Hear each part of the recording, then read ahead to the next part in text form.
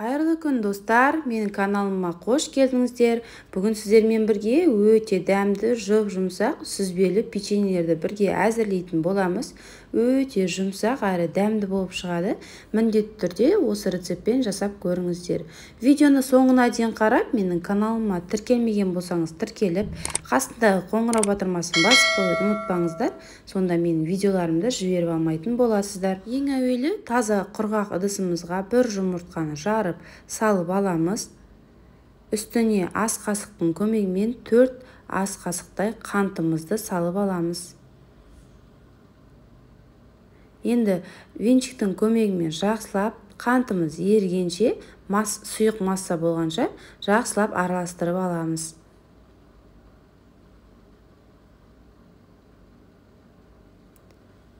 Осы массаның үстіне енді ерітілген сары майымызды құйып аламыз. Және шым-шым тұзымызды саламыз. Ванилин болса ванилинді саламыз. Және сүзбені салып, жақсылап барлығын венчиктің көмегімен жақсылап араластырып алатын боламыз. Құрамын толықтай описание бөліміне қалдырамын, төменнен қарасаңыздар болады. Енді осы массаның үстіне ұнымызға разрыхителді қосып аламыз және араластырып, массаның үстіне қоса отырып, қамырымызды илейтін боламыз. Біздің қамырымыз жұмсақ, өте әдемі қамырымыз болады. Құрамындағы ұннан көп қоспаңыздар, әйтпесе қатты болып қалады. Барлығын араластырып, мінеки біз қамырымызды илеп аламыз. Бізде жұмсақ қамырымыз пайда болады. Енді қамырымызды 10 минутқа тындырып қоямыз. 10 минут өткеннен кейін қамырымызды алып, қолымызбен домалақ қылып жасап аламыз. Енді осы қамырымызды оқтаудың көмегімен жақсылап жаятын боламыз. Қатты қалың емес, немесе қатты жұқа емес, орташа қалыңдықта жайып алыңыздар. Енді жайып алған қамырымыздан осындай домалақ қылып формалар жасайтын боламыз. Арнайы құралмен осындай немесе стаканмен осылай жасап алыңыздар. Барлығын солай жасап дайындап алатын боламыз. Достар, менің каналымда түрлі тағамдардың, түрлі тәттілердің рецептісі бар. Каналыма тіркелмеген болсаңыздар, тіркеліп қоюды ұмытпаңыздар.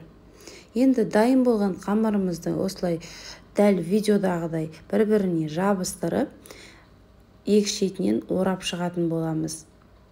Міндетті түрде екі шетін мықтап жабыстырыңыздар, ажырап кетпеуі қажет.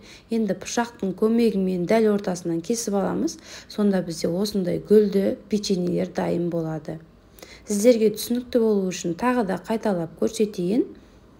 Домалақ формамыздан үшеуін аламыз. Дәл видеодағыдай бір-біріне жабыстырамыз. Содан соң орап аламыз. Екі шетін мықтап жабыстырамыз, ажырап кетпеу үшін, және ортасынан бөліп аламыз.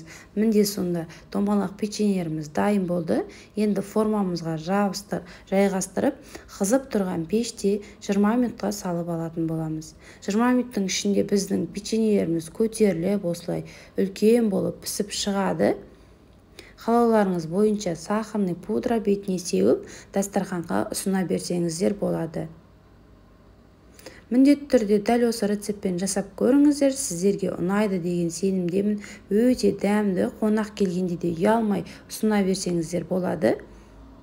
Видеоны соңына дейін қарағандарыңызға рахмет. Сіздермен бірге болған Нұрия аман келді. Келесі видеода жолыққанша қош сау болыңыздар. Назарларыңызға үлкен рахмет.